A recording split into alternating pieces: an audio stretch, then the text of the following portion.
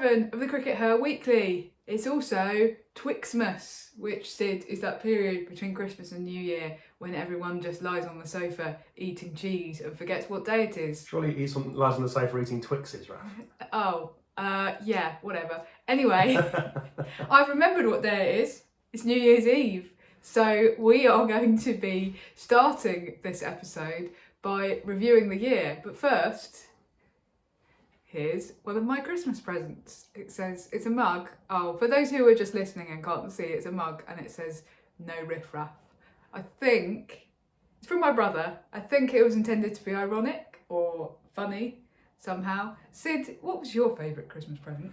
Well, Raph, not only did I manage to double the amount of books I've read this Christmas, but I read an entire book on Christmas Day. This. This is a bit bonkers, but it's a children's book. It's a children's biography of Taylor Swift, with lots of cute pictures of Taylor Swift, being awesome. And who got you that, Sid? You did. So, Merry Christmas, everybody. as I said on Twitter, find yourself someone who buys you a children's book of a biography of Taylor Swift, even when you're as old as I am. Good. Okay. So, Sid. Cricket. 2023. What was your favourite moment of 2023?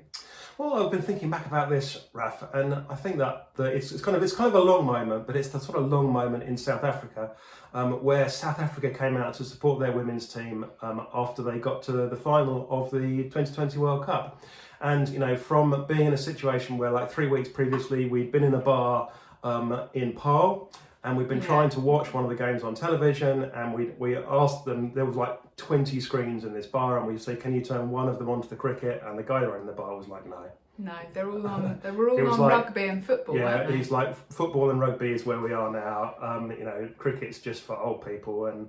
And yet 3 weeks later, and it was a bit of a one-off event, but so was the 2017 World Cup final here. That was a bit of a one-off, and we haven't quite seen crowds like that otherwise. But, it still shows that cricket in South Africa is a sport with the potential to bring people out. And, women's sport in South Africa has the potential to bring people out. So that was just fantastic to see. Great moment. What about you? Well, again, it's not really a single moment, so I'm slightly breaking the rules here. But for me, it was the fact that in 2023, we had 3 tests in a calendar year. And people in men's cricket will go, why? Why does that matter? What's the big deal? It's only 3 tests. But the last time we had 3 women's tests in a calendar year was 2014, when we had a women's Ashes test, England played India, and then South Africa played India. This time it's actually even more significant potentially, because as well as having a women's Ashes test, India has also hosted those 2 back-to-back tests, and we may not like it, and it makes me a bit cross and frustrated, but the attitude of the BCCI to women's test cricket is actually an incredibly important factor in the future of that format, and we need the BCCI to be supportive, and hopefully the fact that India have just hosted and won both of those 2 test matches against England and Australia is a really good sign of things to come. Now, it might be a false dawn. It potentially was a bit of a false dawn in 2014 because it took India nearly an entire decade until they hosted another test. But it's something, and it's exciting, and I love Test cricket. Yeah, it does now feel like we've got kind of 4 countries that are, playing Test cricket, and it kind of made us a commitment to it, albeit not a huge one, because we've got South Africa who played a Test here last year. They're also going to be playing a Test against Australia in the new year. Yeah. So South Africa are playing, India are playing, and obviously England and Australia are playing. So and all we need to do now is get New Zealand and the West Indies and everyone else on board, and we'll be back driving along. Yeah. Well, on a related note, actually, in terms of news this week, Nick Hockley, who's the Cricket Australia CEO, actually did an interview with SEN Cricket where he talked about women's Test cricket. And here's his quote: "We'll keep advocating for more Test cricket as part of multi-format series." And when he was asked about having more than one Test in a series, he said maybe that's something in the future. that we can think about, as in having key marquee series going to 3 tests. So wow, that's in a way, he's equivocating, but it's also further than any other administrator has been prepared to go, right? Yeah, and it's also interesting that he's saying he is explicitly kind of reserving it for marquee series. Yeah. If he was just trying to go, well, I'll just say what I think they want to hear, he'll just go, oh yeah, we should definitely do more tests. But what he's explicitly saying is, yeah, the multi-test series are a possibility. It's probably only going to happen for the big series. By marquee series, presumably he'll mean the series potentially against India and obviously the Ashes against England. They're the big ones in Australian cricket in the men's game. But if that ends up with 3 test series, then that's a positive thing for the game, and something that a lot of fans of the game want to see. Yeah, absolutely. I think he's not necessarily said anything that we didn't already know, in the sense of we knew he was an advocate of women's test cricket and a strong advocate. And the reason we knew that is because we've had a women's Ashes test this year that was 5 days.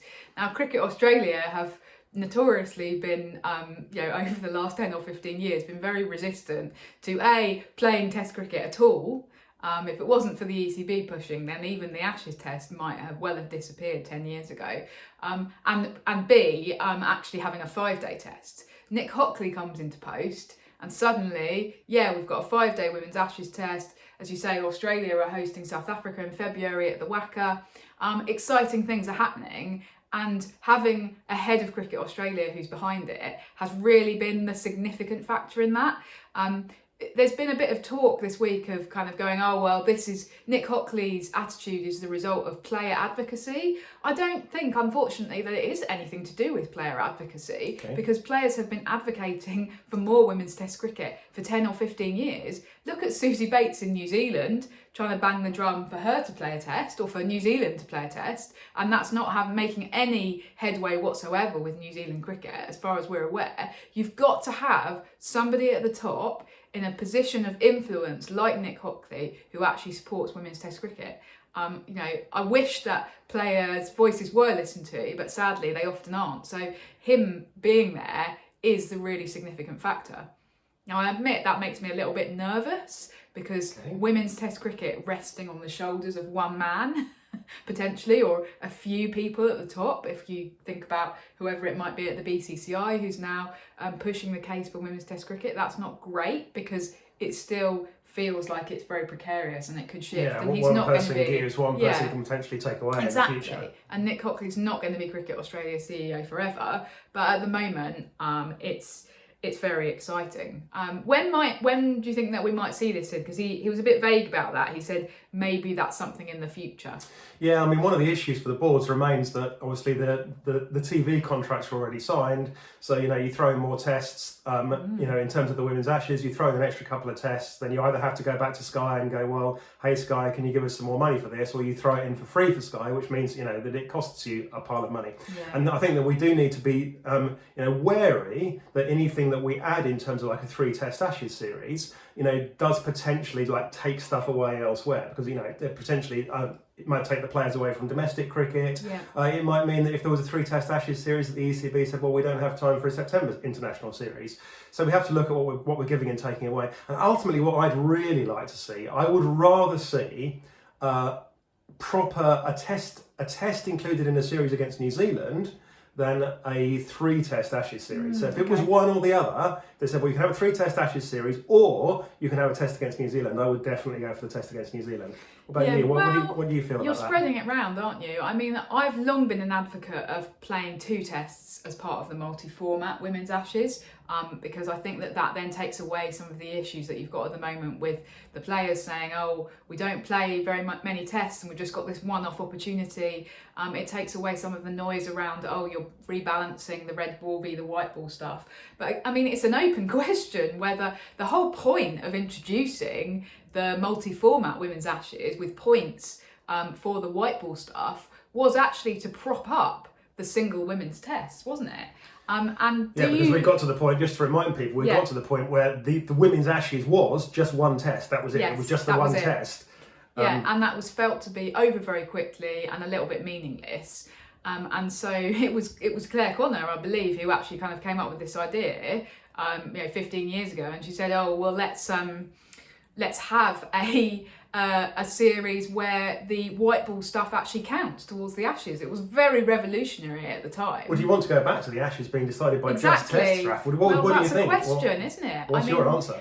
I've put you on the spot now. I didn't tell Raf I was going to ask her this. Well, I think it's definitely something that's up for debate, but I think that as I was saying, there was a lot of uproar at the time because there were a lot of people saying, well, in men's cricket, the Ashes is all about the tests and it's sacred and you can't fiddle with that. But it's worked really well in women's cricket, and it's worked well because it's given meaning to the white ball stuff. It means that all of your 3 ODIs and all of your 3 T20s all matter. Yeah, much you can more than market they do them as in the women's Ashes. Yeah. You can market the ODIs, the women's Ashes ODI, which is a big deal compared to... Absolutely, and so you don't get these meaningless England v Australia ODIs that you get in the men's game where nobody's really bothered because they just want to watch tests. So I think that I quite like it. I think it's worked well in terms of having it as multi-format with the points.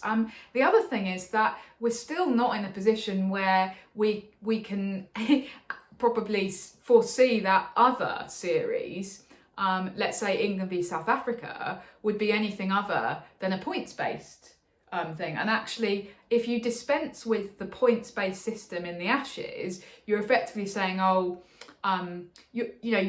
devaluing the concept of it because you're saying, well, we don't want it for the Ashes anymore, and that's our marquee series.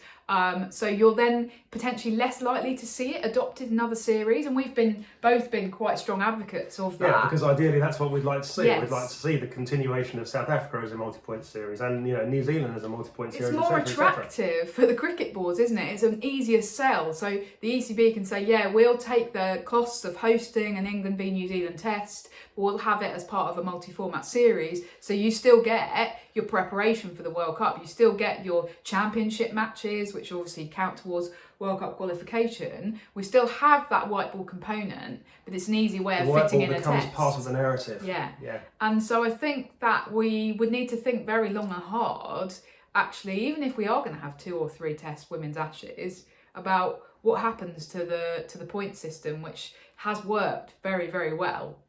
And is something that's kind of cool because it's something we have that men's cricket doesn't have as well. Yeah, I mean, there has been conversations about adopting it for some of the lesser men's series. Yeah. It's not actually happened yet, but that's also something that could happen in the future, isn't it? Absolutely. Anyway, that's men's cricket. I apologise for mentioning men's cricket on the CRICKETher weekly. That's okay. We know it exists. I guess the key point about all of this is that we probably don't need to be thinking about this for a couple of women's Ashes series, at least definitely not for the next one, because that's probably going to be a bit too soon to start thinking about they've already started thinking about the actual schedules of the series coming up in the next couple of years. Exactly. So it'll be maybe the one after that or the one after that, but these are all questions that will need to be... It's good that the questions are being discussed, being raised. Yeah. In connected news, and partly sort of in the wake of Australia's defeat to India in the test. Humiliating defeat, right? I wouldn't say humiliating. Oh no, that was England's defeat. That was England's defeat. Australia's defeat was... Australia put up a much better fight. They did. Anyway. But Australia still lost, which isn't something that we say very often. Humiliatingly lost.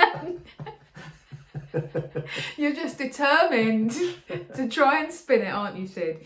There was a report from Daniel Cherney in the Australian press this week saying that Cricket Australia are looking next season at replacing some of the WBBL matches with a domestic red ball competition in a bid to ensure the top Aussie women are better prepared for increased test commitments in coming years.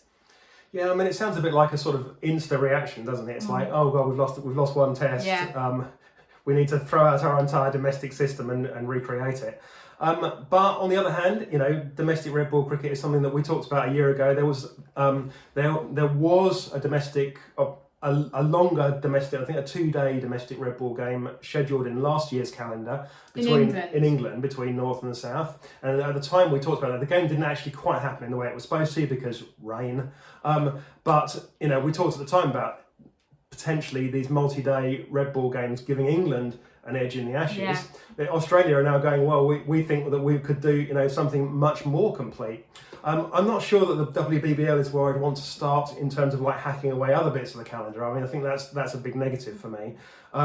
You know, but on the other hand, you know, where else do you start? Do you say, because clearly, I mean, obviously, again, there are cost factors involved, right? There are some costs involved in hosting these games. And so Cricket Australia are probably going, well, we've got a limited budget, you know, what do we get rid of? Well, there are already voices saying we need to trim down WBBL, we need to make it shorter because some of the international players want more of a rest. I think that's what this is really about. Of course, if what the international players want is a rest, then they don't want to go, well, actually, you're not resting, we've trimmed down WBBL. Here's but you're going to go off and play 3-day red ball games for you to play in instead.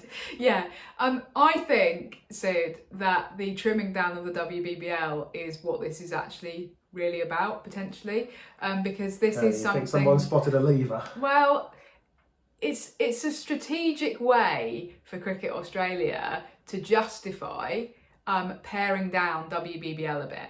And we've talked before on the CRICKETher Weekly about the fact that now that WPL, Women's Premier League in India, is so dominant and so well paid for a much shorter length of time, WBBL is going to become increasingly unattractive for overseas players and potentially even for some of the Australian players, because it's a long period of time for less money, right? And actually cutting down WBBL was already on the agenda before any of this red ball domestic competition was being talked about. So if you cut down WBBL, that's bad PR. If you cut down WBBL and replace it with some red ball domestic matches that everyone's been calling for years, great, it's really good PR. And people like us go, that's brilliant. You're manoeuvring yourself into a situation where you're going to be better in the Ashes and in other women's test matches. You're getting ahead of the game.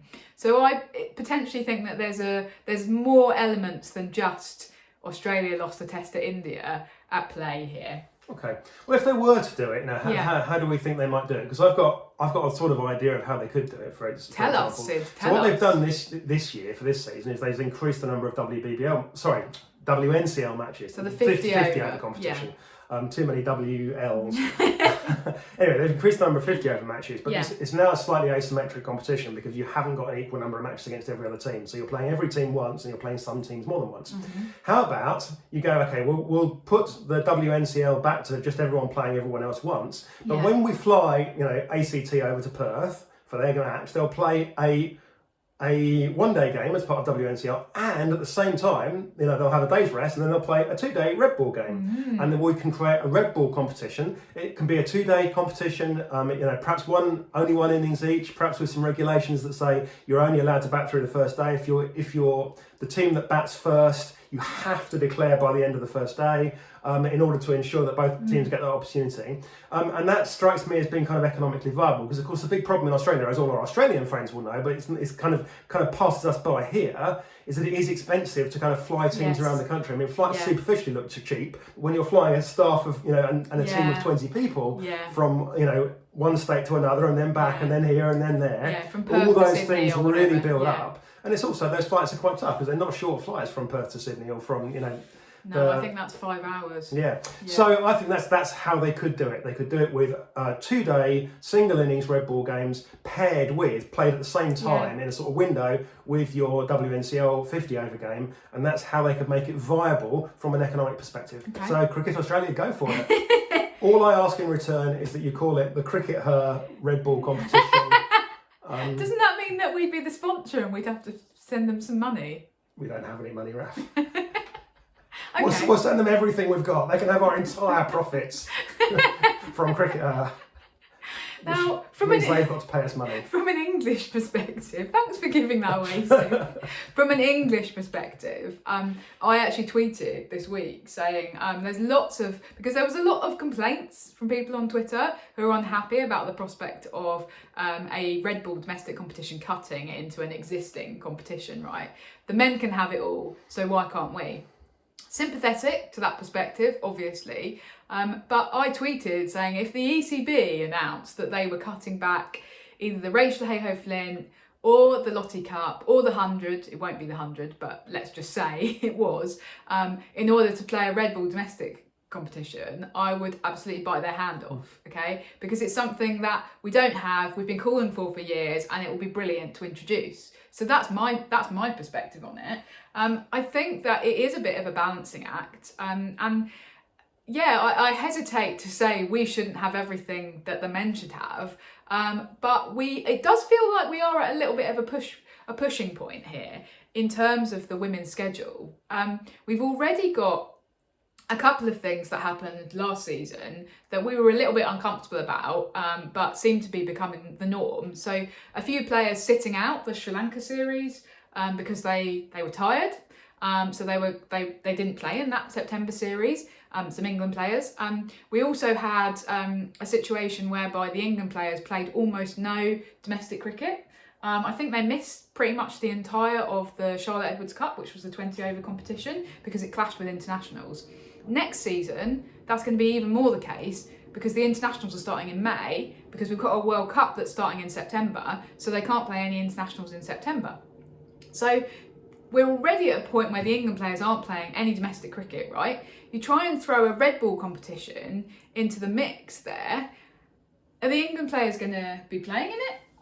Will they want to play in it? What will they prioritise? Will the ECB lay down the law and say you must play in this? And you know, I've been in a few conversations with people on Twitter kind of saying, well, we want this Red Bull competition, but when are you going to have it?